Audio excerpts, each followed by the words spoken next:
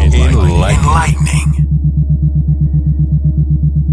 inspirational, powerfully refining, and unapologetically controversial. Conversations with the Royal Empress. The entire world knows the secret of who you are. Now is the time to step into your queendom and become the Royal Empress that you're meant to be. One woman at a time.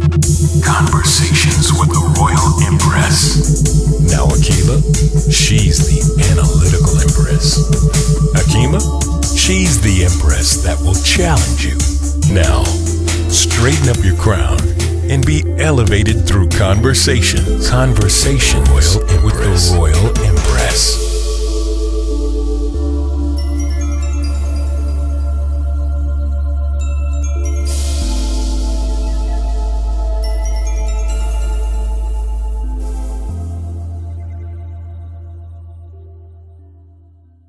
Welcome back to Conversations with the Royal Empress. This is Dr. Hakeemah, and joining me is my sister from another mother, my kindred spirit, and co-host of Royal Empress, Akilah. Also joining us is a very, very special co-host, someone I've known for almost 7 years. Very special brother, very knowledgeable, very spiritual brother. A special co-host, Reverend Damien W.D. Davis. Now let me give you a short little intro about this brother. Reverend Davis is an HBCU grad alum of Wilberforce University. He's also a doctoral student. He's associate pastor of New Tiberia Baptist Church, and he's a chaplain at an Illinois maximum security prison and an author of a book titled The Millennium Christian. How you doing today, Reverend?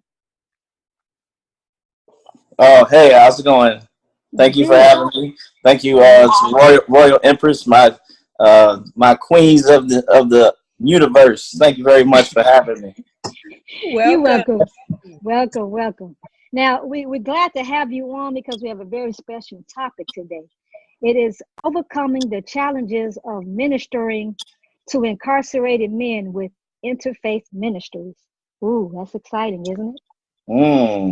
Yes, very exciting. Very exciting. I think it's it's a very good topic to discuss right now, especially after the film came out about when they see us. I mean, incarceration is a very big topic right now in our community. So, I mean, since it's such a big topic, why don't we just talk about it? And we'll talk about the challenges of ministering to men who are incarcerated. Yeah. So,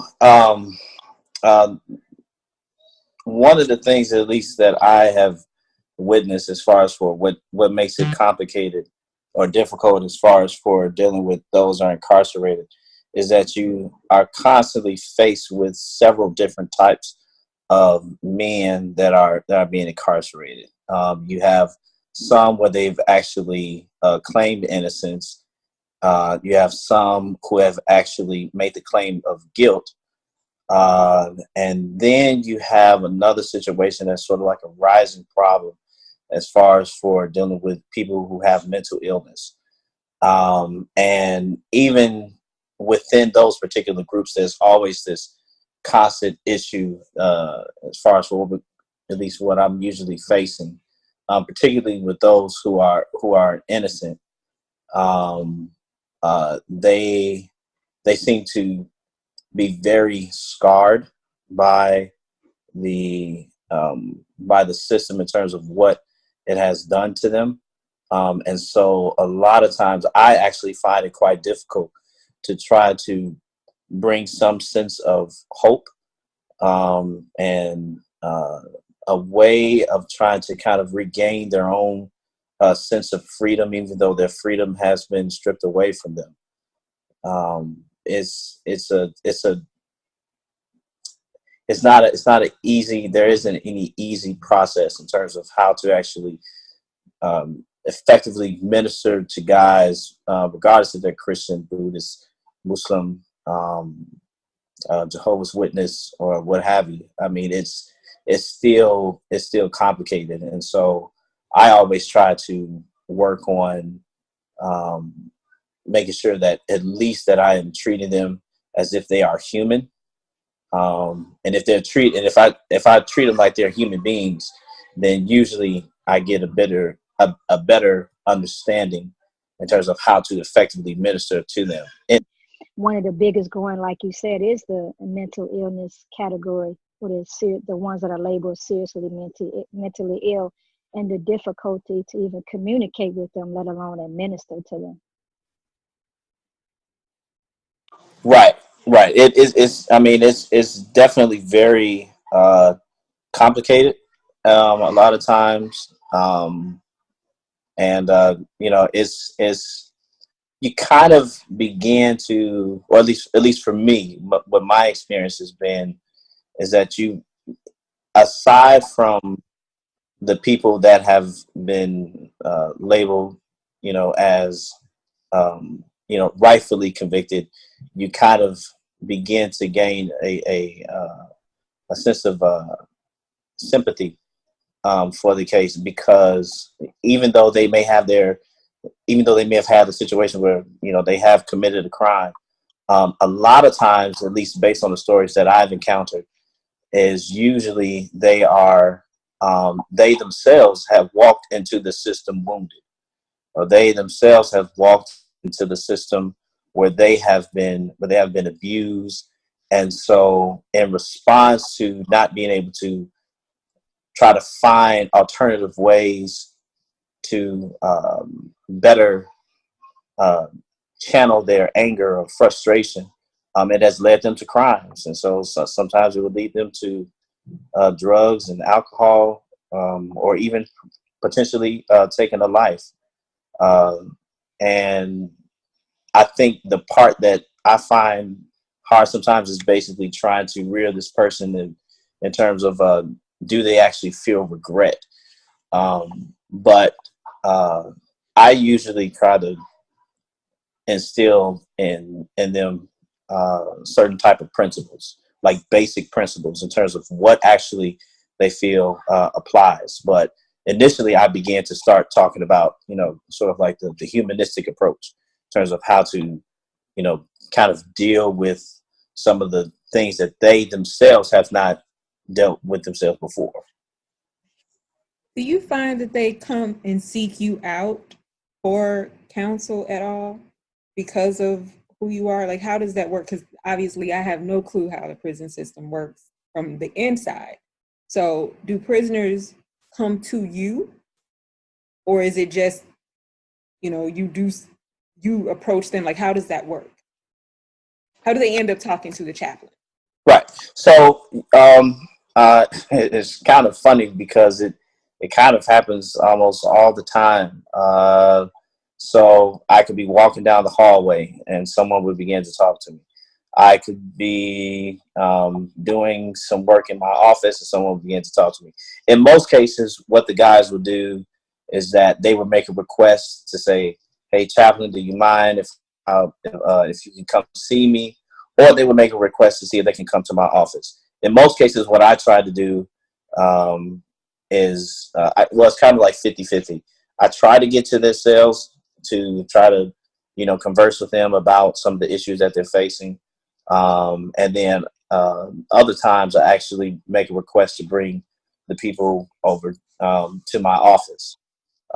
And so then that's when we begin to kind of filter through some of the issues that they may have had in the past that may have caused them to do certain crimes, or why they feel as if it's hopeless to fight through the system, based upon they feel that they didn't do anything. They feel that they're innocent, feel that the system is broken, and so they have um, they they feel as if it's almost impossible to get released, you know, from prison. So, but yeah, they usually just kind of just make requests, and sometimes because of corrections stuff, kind of spread word of mouth. So, if I were to have perhaps maybe a really good conversation with a guy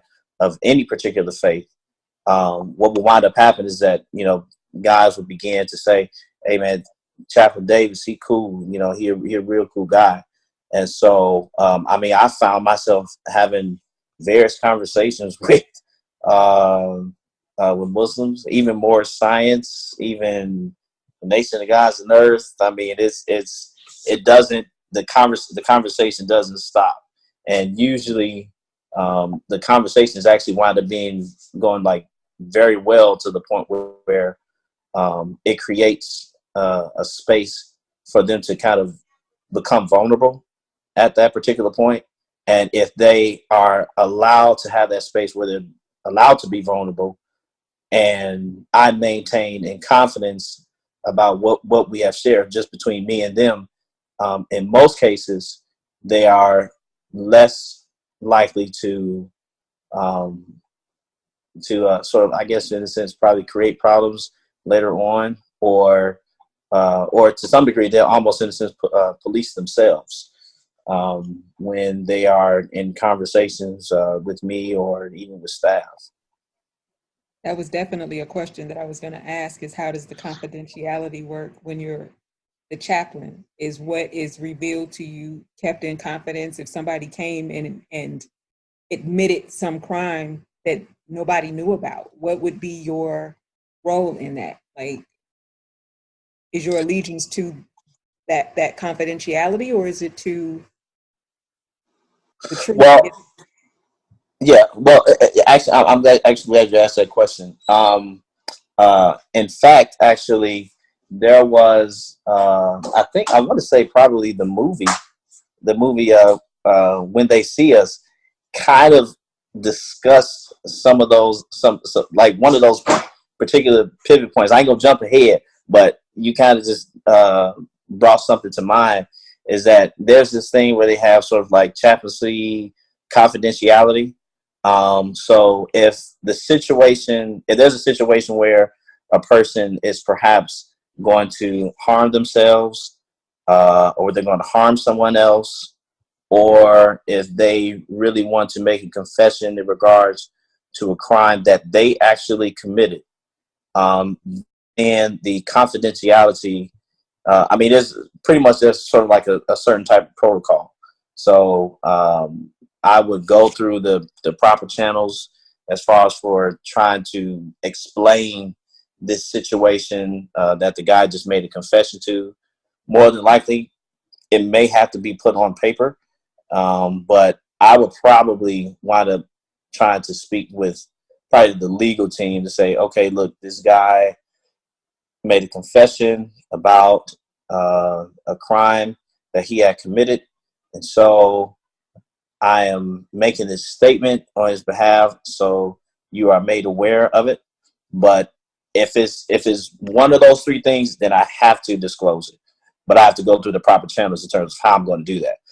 But if it's something private, where it's, someone they may not want to discuss that they were sexually molested, or that they've had father problems or mother problems or what have you, that stuff, until it becomes to a situation where they're going to harm themselves,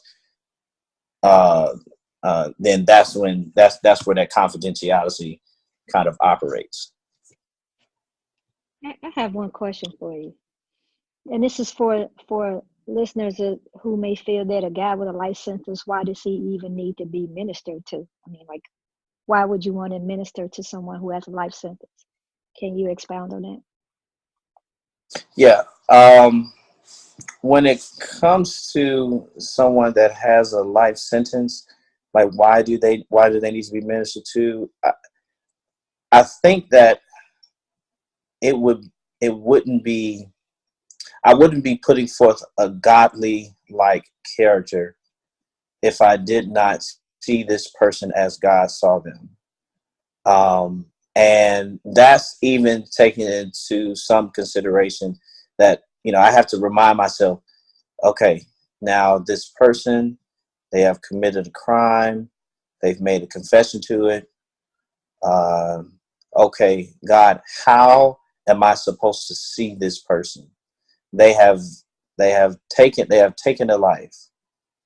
And so now in this particular institution, while they're serving life, they're actually giving their life up to be in a situation where they are pretty much going to be incarcerated for the rest of their lives. So in some respects, they are actually paying for their quote unquote sin that they have committed. And usually what I wind up referring to as far as it relates to a particular scripture, I wind up going to the conversation where it starts to talk about with Genesis between with Cain and Abel. And so there was a piece in there that was actually very, very pivotal, where Cain, God is coming in the garden, and God tells Cain, he said, well, where's your son Abel? And so said, am I my brother's keeper? And then he heard the blood from the ground spilling out and crying out to him. And so Cain was thinking that perhaps maybe I might wind up being the guy. Maybe you're going to punish me. It's just like, no, I think the punishment is the fact that you're going to have to live with the guilt that you have actually committed. But I'm going to ensure that there's going to be a mark that's going to be placed on you so that you will know that anybody that harms you, now they have to respond to me. So for the person that has committed a crime, the mark has already been placed on them that they're going to sacrifice. They're making a sacrifice of their freedom. That's a sacrifice of their life. In a lot of respects, they actually deserve some sense of hope. And perhaps what winds up happening is that their story will be able to transition over into another young person's story who may be serving perhaps maybe at a shorter sentence. He would be the educator to that young male to inform them that, look, I made a horrible mistake. I made a horrible sin against humanity.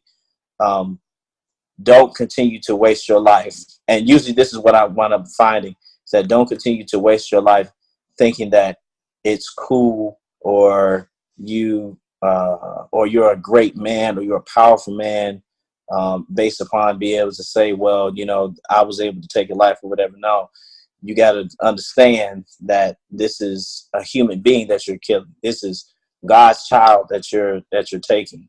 And usually when they come to that sense of regret, and they know, and they don't, of course, no one would want to serve life in prison, but still in the same case, what they wind up doing is trying to educate other men who are incarcerated to inform them that, look, don't give up your life for foolishness.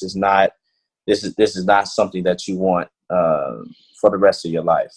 So that's usually what I come across.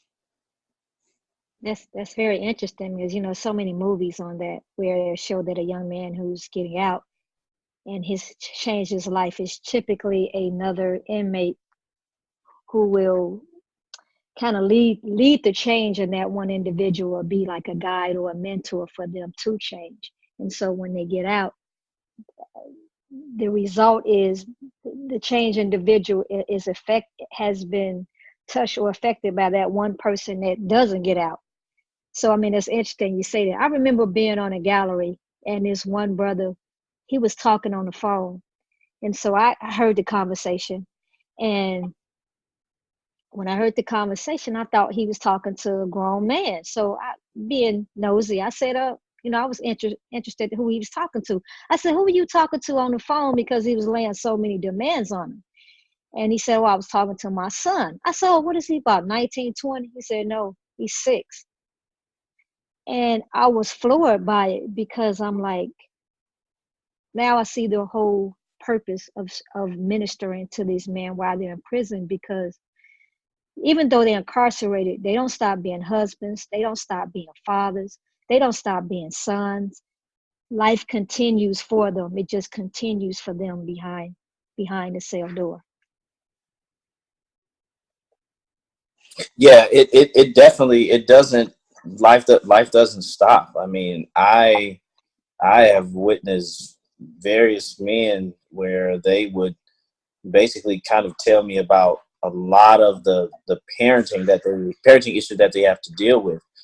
Um, I think probably one of the most discouraging things that I've come across is that when I've noticed that there was a father and son that were incarcerated at the same time, and sadly, both of them have been given very extensive sentences. Now they've made confessions like, yeah, I did this, or I was out there in the streets or whatnot. But it's really heartbreaking to kind of see both the father and the son in the same place, or at least in the same institution. And I don't know. It's just real eerie just to see that type of perspective of family dynamic, because it kind of makes you think that, well, what happened to the family? Where did we go wrong? Where did we drop the ball? But then, fortunately, there have been some men who have definitely influenced their children to pretty much stay out of prison, or to go about the right way. And I believe some of them have said that they've graduated from very esteemed collegiate high schools. They've went on to get a master's degree, or they've went into the service, or things of that nature. So I think I probably hear more stories about that, at least as far as for prevention, but I'm not quite sure exactly, unfortunately, of the statistics, because I think that's just one avenue that I'm not even quite sure exactly I want to make a full commitment to just as of yet. But I know eventually that would definitely wind up coming up in probably some of my research, probably going forward. So it's unusual, but it does actually take place. I don't believe that prisons rehabilitate. But with your role, do you feel like part of your job is kind of to assist in, is that the only rehabilitation they really get, is having those in there who can minister to them? Well, one thing I will say in regards to the rehabilitation, which is actually a very uh, complex discussion, because at least in my during my time in the prison, what I've noticed is that there's a twofold type of rehabilitation that kind of takes place, and is usually, let me see, I'm trying to figure out how to describe it. It doesn't feel as if it's not necessarily coming from the system. Ironically, during my time, the people who have actually made the best measures in terms of trying to rehabilitate the men incarcerated have actually been the volunteers. Um, uh, Programs that actually give some basic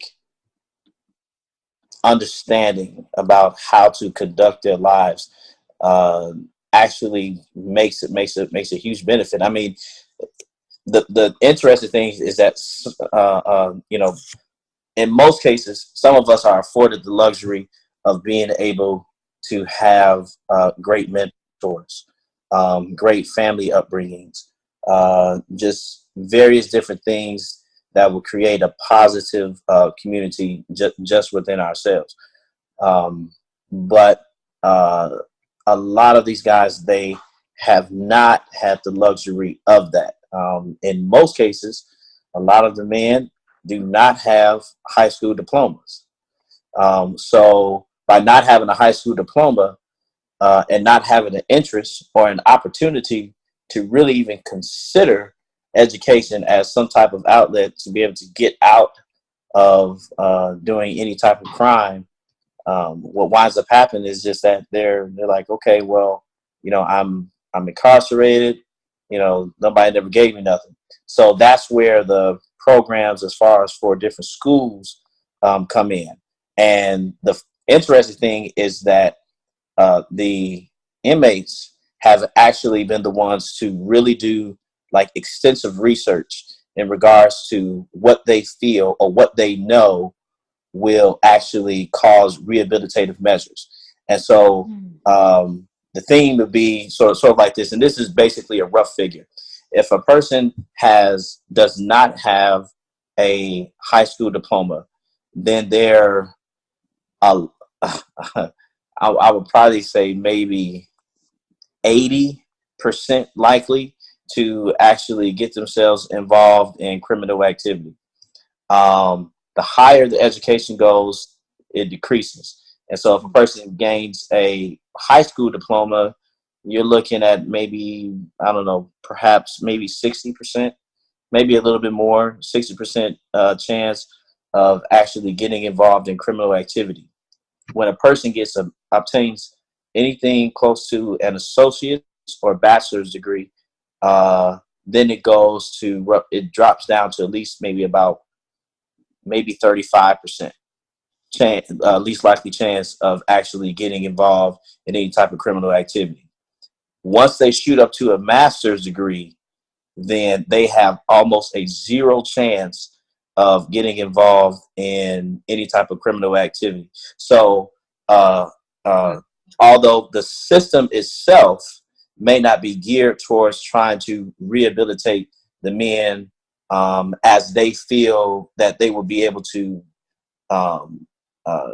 better prepare themselves or to better prepare themselves intellectually, spiritually, even physically in some capacity. If when they begin to get better in education, that's when the rehabilitative measures actually begin to really get deep down inside of that person, where they begin to think that, you know what, I need to change my life because I was not thinking this way. And at least what I've also noticed is that while the guys are actually having discussions, because before they will always talk about like different war stories, well, what I used to do on the block, how many drugs I've sold, remember when I used to kick it over here, remember what cars I drive. I mean, they want to talk about all the materialistic things that they had. And then something clicks. These materialistic things did not bring me nothing but pain, nothing but misery. I have nothing to show for it. Because I have nothing to show for it, then these things are basically carnal. And so now that they're actually able to get into some of these educational programs, the discussions are even different. The language is changing. Instead of talking about, hey man, let me get something from you, just whatever type of lingo that they would kind of bring up. Instead, the conversation will be, hey, I was looking at a conversation about Plato that he was having with Aristotle. Can you talk about these particular principles in terms of how they relate to one another? Like, these are actually inmates having this discussion. So by that discussion actually beginning to change, that's one case where the rehabilitative measures are actually begin to change. So it's happening in some capacity, but we would hope that it will begin to continue to influence others so that they can actually understand, like, you need to change your life over. You got yourself in a certain situation, so now you need to figure out how to intellectually stimulate your mind to get yourself out. I remember escorting a young man back to his cell, and I asked him, what you got going on for the rest of the evening? He said, oh, I got homework. I said, oh, it's the holiday though. The holiday, you ain't got to do that. He said, no, actually the classes that I'm taking, the instructors told us day one, we're going to treat, this is a master's degree program. We're going to treat you like a student that's acquiring a master's degree in the world. We're not going to treat you any different because you're incarcerated. He says, we are going to give you the same amount of homework that we would give someone who's enrolled in the college. And so when he said that, I was like, wow.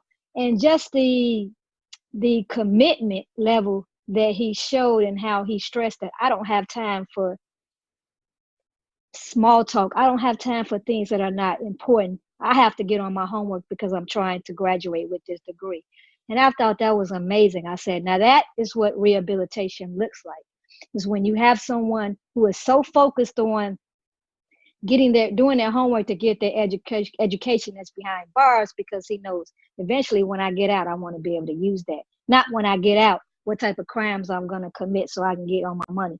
Because you know, Reverend Davis, that you'll hear some guys, when I get back out on the street, my game going to be better. I'm not going to get locked up again. But just to hear a young man say, I got to get back to get my homework because I got to get this degree, that's true rehabilitation. Yeah, that's definitely true rehabilitation. And I mean, even to add to that, but true rehabilitation is basically is dependent upon the person. If the person isn't, I mean, you said if the person isn't trying to actually make a commitment to change their life, to make a difference within themselves, then to some degree you can't expect the system to try to change.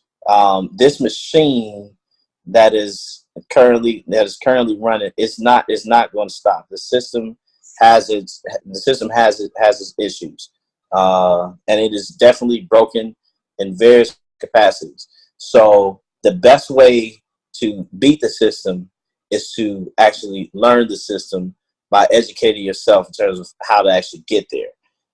And if that information is also translated to, the larger community, in terms of how they're like, I mean, some of these guys, they're actually taking law classes. And they're taking law classes with professors who are actually, legal attorneys within the system. And so what better way to understand or learn how to understand your case or learn your rights than to actually take a class with a professor who is at an esteemed university, who does this pretty much for a living. The guys that needs to do it. But it was one thing where I kind of had I remember a story where there was a guy, at this time I was actually working as an officer. There was a guy, he might have been maybe 18 or 19 years old. And I asked him, I said, because he was getting ready to get parole. I said, brother, man, what, you still kind of young, man, so what do you plan on doing once you get ready to, leave, and once you get parole, once you get back out on the streets? And so he said, man, I'm going to stop selling drugs. And, I'm just going to stop selling drugs. I'm getting tired of selling drugs, man. I'm just going to stop doing that, try to give me a gig. And I was like, okay, well, what else is your plan? How are you going to change your life? What are you going to do different? He said, well, what I'm going to do different when I get out, instead of me actually selling the drugs, I'm going to have my little brother sell the drugs for me. Are you serious? I was blown away. I'm like, okay. I'm like, dude, you missing it. You missing it. You're missing it. I mean, and this is a young man. This is a young man who just decided that, if I'm not going to beat the system, or maybe perhaps I don't want to beat the system. And that guy, he doesn't even have life. I mean, he just had drug charges or whatnot. And so I was just like, wow, this is really interesting. But when you start to have, at least when I began to have conversations with people who had 20, 30, 40 years to life, the conversations our conversations were always different. I wish, and what they kind of always tell me is that I wish I would have not. I wish I would have listened to my mother, or I wish I would have listened to my family. I wish I would have listened to my wife or my girlfriend or the person that was trying to prevent them from getting involved in criminal activity. Was the person that they ignored, and in a lot of cases, they are actually finding themselves like, I really regret that I didn't listen. So it's heartbreaking, and it's kind of like you just have no choice but to have sympathy for the guys. Do you have actual services? Yes, I do. We have several different services. Some of them I facilitate. Some of them I sit in to actually, learn. I've sat in on Jehovah's Witness services, Muslim services, uh, Christian services, Buddhist services. I had to. Well, I actually wanted to get involved in some of those services. I was like, okay, I know I've done my research about these religions or whatever, but I ain't never did the practices before. So I'm like, well, let me see what it's like. And all of them have actually always been very, very respectful, very kind. And you really begin to see those who are intentionally committed to their particular faith, to the point where this faith that they have, or this particular belief that they have, is the only thing, or one of the main things, that is actually keeping them sane. That is what they feel as if they have to hold on to prevent them from lashing out or getting upset or going or pretty much kind of, in a sense, getting themselves more frustrated with how the system has been treating them, whether they were innocent or guilty. The same type of conflict still kind of takes place. And so this faith actually, to some degree, kind of gives them hope. And so we lean on our volunteers very heavily. Said, do what you can, do what's necessary. And in most cases, we actually become very effective in terms of how we're, conducting different services. How does one volunteer? Is it through you? Yes. So basically, if a person wants to volunteer in the prison, they would pretty much, in a sense, they would go through me. It feels a little awkward sometimes, but I am the point person to come in, for the person to come in, and usually what I wind up doing for any person that wants to volunteers is for my safety and security, I'm always asking for a proposal. So what is the intentionality of that particular volunteer in regards to why do they feel they need to come into this maximum security prison? If you're coming in here to try to get certain type of accolades to say, yeah, I've been in the State VL or whatnot, or I've been in the Logan, or I've been in the Menard, or whatever. If that's the whole situation, then it's sort of like, okay, you're going about this the wrong way. You have to be really intentional in terms of how you're actually going to come into the prison. And so, yeah, they'll be able to, I'll be able to get them in, hopefully. But you say it again? That if they have the right intention. Right. If they have the right intentions, then we could definitely try to work something out for them to come in and do volunteer work. Okay. You know, it's so many. It's churches and mosques and synagogues, and these are typically organizations that have prison ministry. So I recommend for people who have never volunteered in a correctional facility to align their vision and their desires with some type of organization that already has a prison ministry, so that you can learn how it goes. And then therefore, if you would like to develop your own program and then submit it, then you already have the experience of going into a correctional center and volunteering, because it's not as easy as it seems. Some people think, oh, I'm just going to go in here and I'm going to speak to them. It's not that it's not that cut and dry. I mean, because for one thing, just because you're going to have a program, I don't think that the inmates are going to show up. It's not mandatory for inmates to show up at different programs. It's voluntary. Once the word is put out there, if you're interested, you could sign up for the class. But if no one knows anything about you or don't know anything about the class, then if no one signs up, then there goes your volunteer opportunity for that. So I do, I mean, you could correct me if I'm wrong, Reverend, but I would recommend those who've never volunteered to get with a program, and that way they can learn the ropes.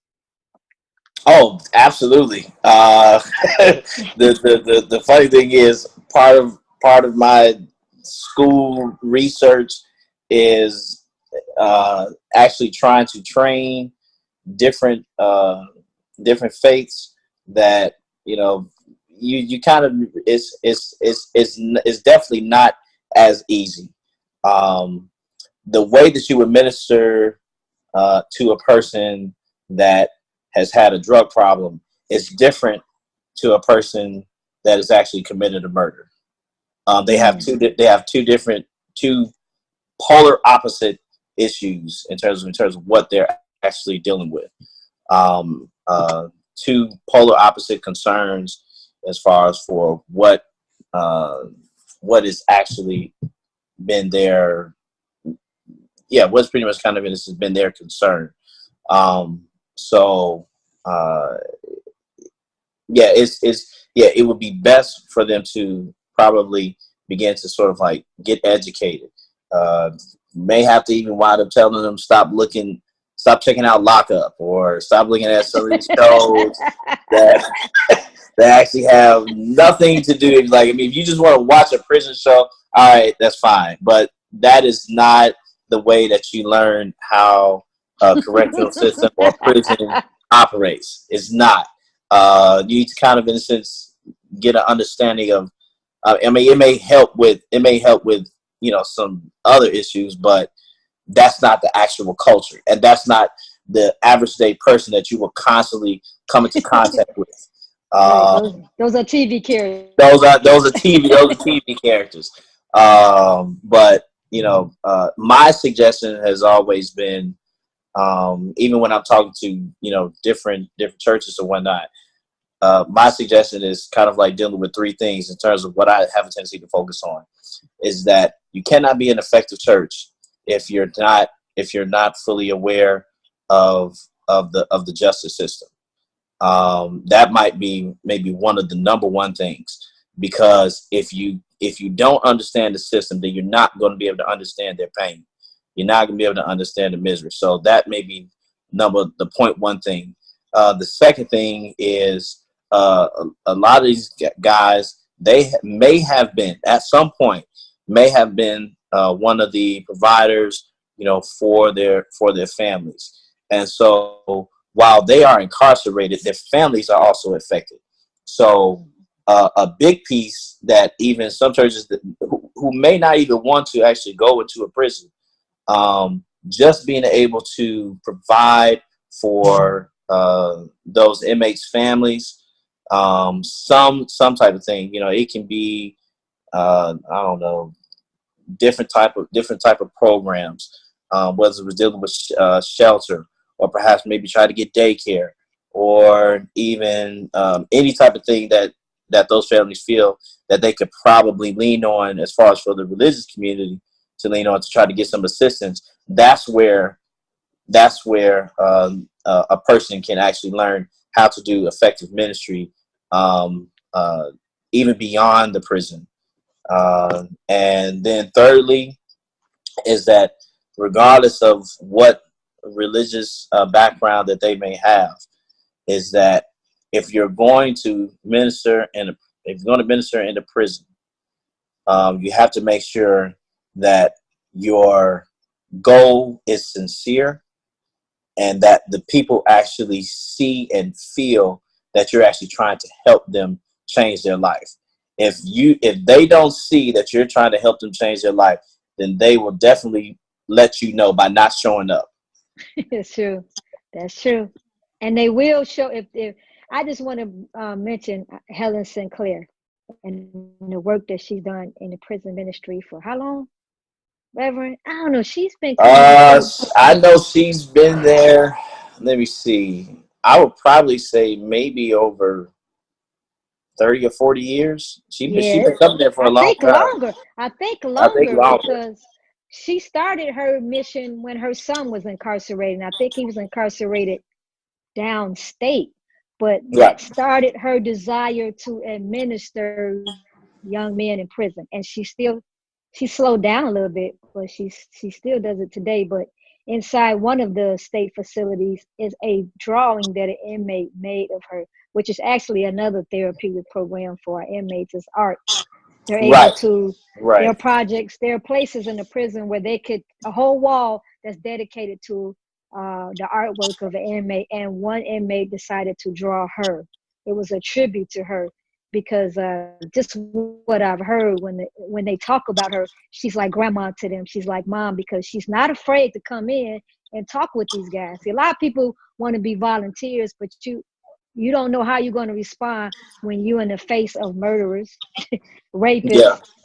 How are you going to be able to administer to people if you feeling 100% fear? But I'll say this woman went in there fearlessly, and she was able to capture the hearts, the minds of those young men, to give them love, to motivate them. So for those who want to volunteer, do some research on her. She's called Helen Sinclair. Please do your research on her and learn how she did it. Yeah. Yeah. They better do their research. I mean, she has been. I mean, in her walker wheelchair, don't make a difference. She is coming in that prison to minister to those guys. And I think the fortunate thing in regards to what Helen Sinclair has been able to do is that for as long as she has been coming to the prison, she has been able to witness guys who have done probably maybe 30 years, 25 years, maybe even 40 years, while they've been incarcerated, and actually see them, get set free and released. Um, some people, in most cases, usually don't see that in their lifetime. So I mean, that's a very well honorable thing to be able to see that the person that you have been ministering to for a number of years has been able to fully see that you have been with them every step of the way. And what I've noticed is that what the inmates pretty much, in a sense, look forward to is that they want someone to know that I need to know that somebody's here with me, even though they may not be in here with me, that they are definitely by my side and they're definitely showing some support, and allowing me to be able to sort of like be transparent and vulnerable. Because within the correctional system, a lot of people, they feel that it's pity or that you're weak if you're vulnerable. And so Helen Sinclair, she has actually been able to really reinstitute that type of concept that it's okay to be vulnerable, but I want you to know that I'm going to continue to stay with you and minister to you in this particular capacity or whatever capacity that they may be in. I had a question for you too. Okay. And this is still, I mean, we've like as we both know as officers, and when we were officers, how we've heard so many inmates say, I'm innocent, I didn't do it. What has been your experiences of those men who claim innocence and they actually been proven to be innocent and released? What has the ministry look like from your standpoint when you're dealing with that type of inmate? Ooh, boy, you just had to ask me the rough one. Sorry. No. That's fine. That's fine. I would probably say, well, I can only speak from experience. I have been only fortunate enough to really fully witness one person who has actually been released, who was claiming his innocence from the day that he came through the gate. And he's been there, I think he was there for at least probably about almost 20 years. Mm-hmm. But he always claimed his innocence. And I was fortunate enough to actually, converse with him, on various things. What made this guy particularly special is the fact that I've never seen a guy that was so respectful. Mm-hmm. Who was he was extremely humble. And I mean this now, I'm only about 200, 500, 5'8". This guy was at least probably about 6'3" and maybe about 250. So he was a big guy, but he was very humble, extremely humble. And he didn't appear as if he was trying to make his size to be intimidating. He was always trying to assist and help brothers. And what wound up making it even more interesting is that this guy actually may have been the only one that I have come across who actually obtained his bachelor's degree through another university in Colorado. And he was doing this all on his own. And so, he actually wound up finishing his bachelor's degree, I believe. But for a person that, as far as claiming his innocence, I usually try to make sure that, I am able to not cast any judgment on them. That, I'm not going to say that you're innocent, but I'm not going to treat you any less as if you were not innocent. I'm gonna treat you like a human being, because when we were folks have a tendency to try to spin you, and then when you find out some information, then it's just like, well, I've been duped. No, I'm not going to be duped. So my thing is that I'm gonna walk with you. I'm gonna really try to get or gain an understanding of who you are. And so when I actually found out that this guy was actually innocent, I was actually quite excited for him. I was actually surprised. I didn't get a chance to see him leave, but I definitely prayed and wished him well, on his journey as he continues to go forward. Because, he missed almost 20 years of his life being incarcerated, but he has been the ideal citizen. And I really believe and truly believe that while he is out, that if I were to see him on the street, you would never know that this man was incarcerated for that long, because he's totally an upstanding gentleman, and he was a great guy. So that's kind of just how I deal with it. Question.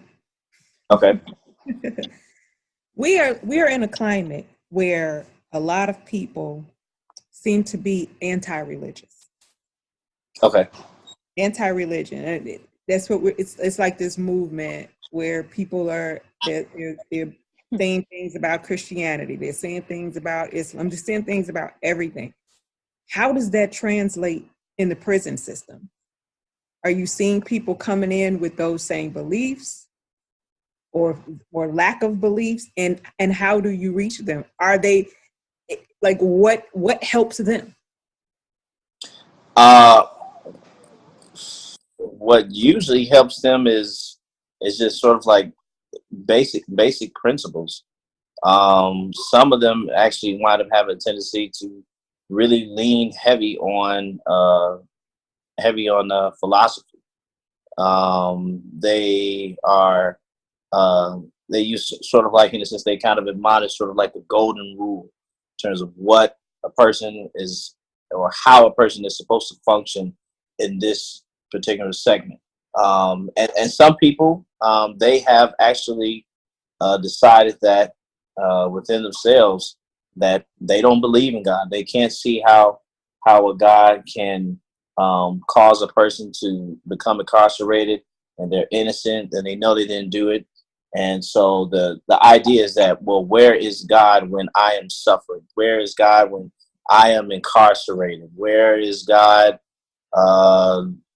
with this evil system? Is God supposed to? If God is omnipotent, then why isn't God actually showing that He knows that something wrong is going on here? And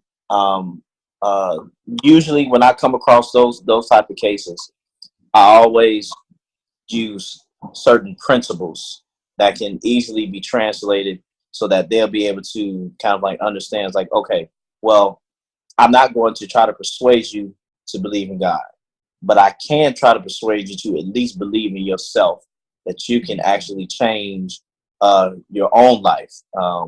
You can at least start there. You can at least start there. I mean, if you decide, or you have some type of vision where you actually come across some type of enlightenment period where you actually experience, God for yourself, then that's great. But until you get there, let's at least try to gauge at how are you actually being directed in life. Are you being directed in life the proper way, through education, through philosophy, through aspects of, are you understanding what love means, and what love could be? Are you actually having love for your brother? Are you actually having love for your family? If they can start there, then usually that's probably the best approach in terms of how I've actually done it. Is usually try to target, what are some pivotal things that they can actually change. In most cases, it actually works. And then some people, they just don't like to discuss religion at all. So I just kind of just leave it at that. I just got one final thing. Okay. I know you like, I'm full of questions. I don't work in the prison system, so I got questions. No, that's fine. That's fine. That's fine. And you've told us so much, but can you just tell us like your overall assessment and impression of what you do and what this system is like? No holds barred. No holds barred. Okay. I think what I would probably have to say is that this system is built to arrest your intelligence, incarcerate your body, and in some capacity, it feels as if it's actually going to destroy the soul.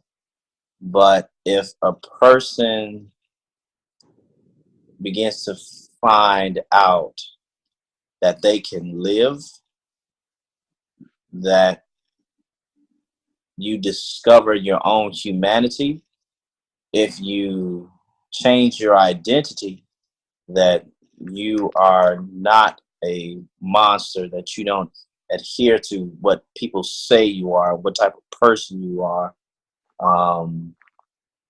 you can change. But if the change doesn't start with you, then the system will basically just eat you up, and you just have to deal with it. Some people make it. I've seen more people make it within, at least within my lifetime. I mean, I've only been there. I've only been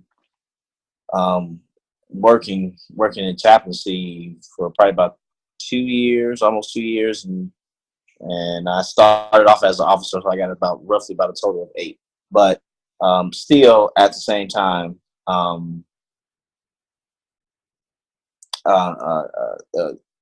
the thing that to some degree kind of makes it complicated, while we have people who have been wrongfully convicted, and there are probably more cases of people who are wrongfully convicted, I would hope that they don't allow the system to break them. I'll share this one story. This one's a free one. So I had a relative that was incarcerated, and I saw them in passing going on a transfer, and I couldn't do anything or say anything to them while they were being incarcerated. And this is a blood relative. I had to ignore the fact that this person, my blood relative, was actually incarcerated. But I think the reawakening piece, at least on both ends, was that for me, I knew that I needed to do something different. I needed to do something that would actually make a change.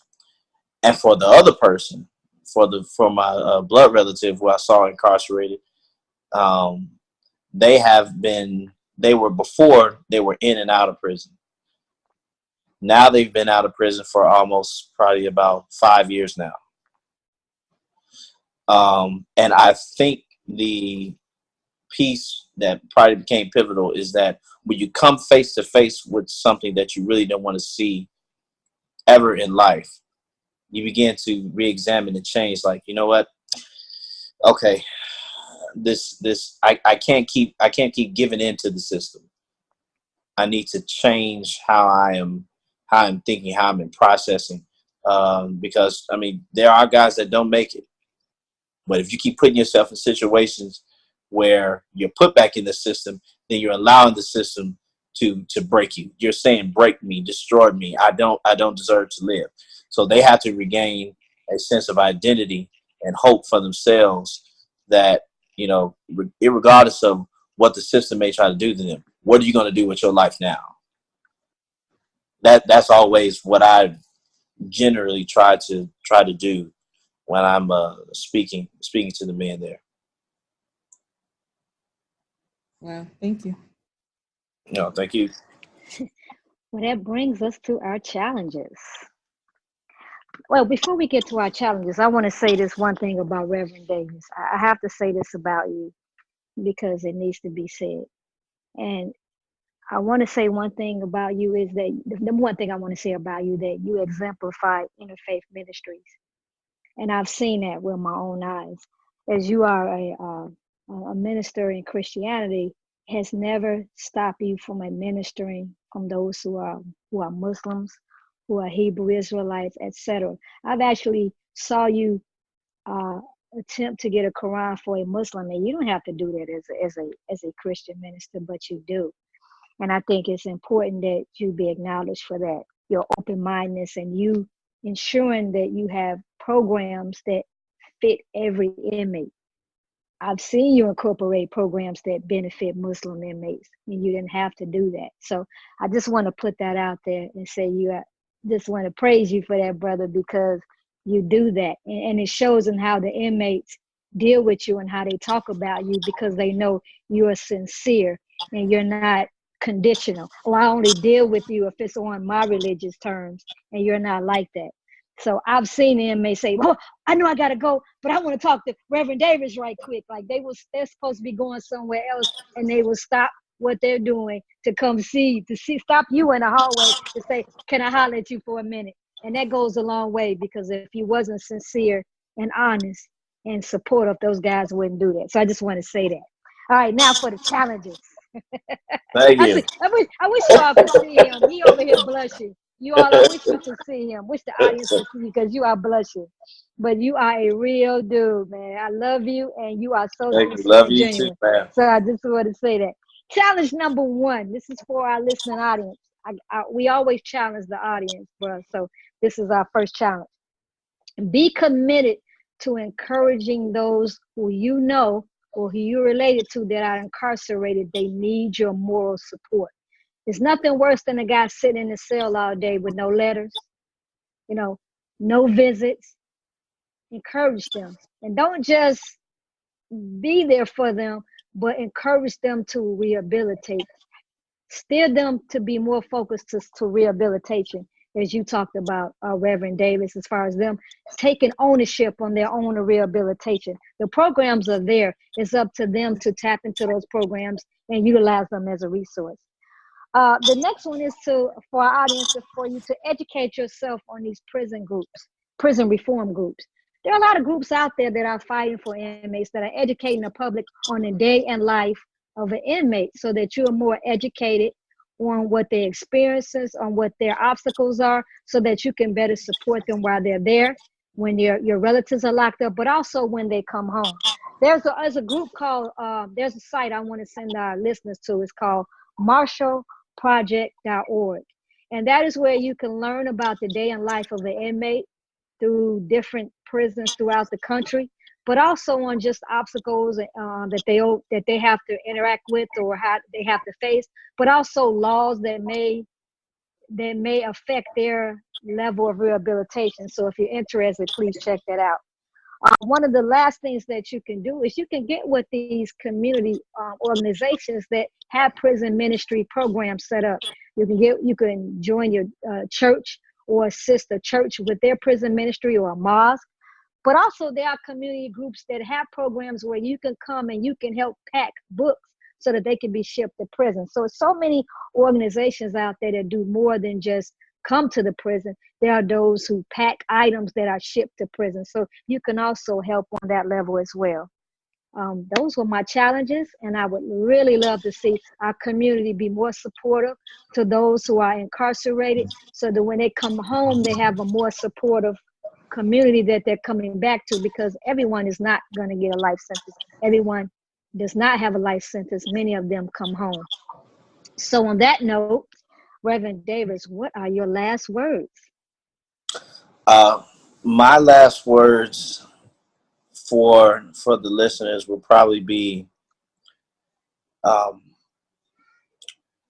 learn that even though a person is incarcerated, they're not emasculated. They are men that are broken. We as a community need to make sure that we are finding ways in terms of how to physically minister to the men, as well as spiritually. And so if we are in pursuit of that calling, then that will actually help them reestablish their own identity and their own faith, and give them a sense of hope that they can actually make it, while they're in there or after they get released. We have to do that as a community, and we have to do it in a concept of keeping one thing in mind, and you got it right above your head: love. You gotta love humanity. Love humanity for who they are, in spite of what they have done. I love it. So can you tell everyone where the title of your book again, and where you can purchase your book? Oh, okay. So the title of my book is The Millennial Christian, and it's a collection of sermons on life, liberty, and pursuit of whole in a postmodern world. It is available on Amazon. It's actually available on Amazon in print. It's a really good book. It's my first published. I got mine. See, I got. You got yours. See, But got mine. it's a really good book. So I hope that the people will locate it and actually grab it. It's a really good read. It's a simple read. Mhm. Thank you so much, Reverend Davis. I want to thank your listening audience for tuning in for this very special topic, and I hope you were touched in a way that you would like to give back to your community, and then if you would also like to learn more about those who are incarcerated and how you can help them. So thank you so much for listening in this week, and we look forward to you joining us next week on Conversations with the Royal Empress.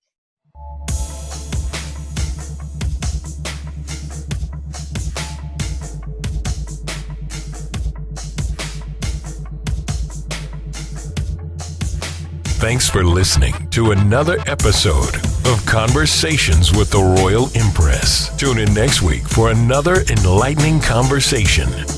For more information on the Royal Empress, please visit the website royalempress.org. You can also follow the Royal Empress on Facebook, Instagram, and Twitter. Conversations with the Royal Empress is a subsidiary of the Royal Empress organization. All rights reserved.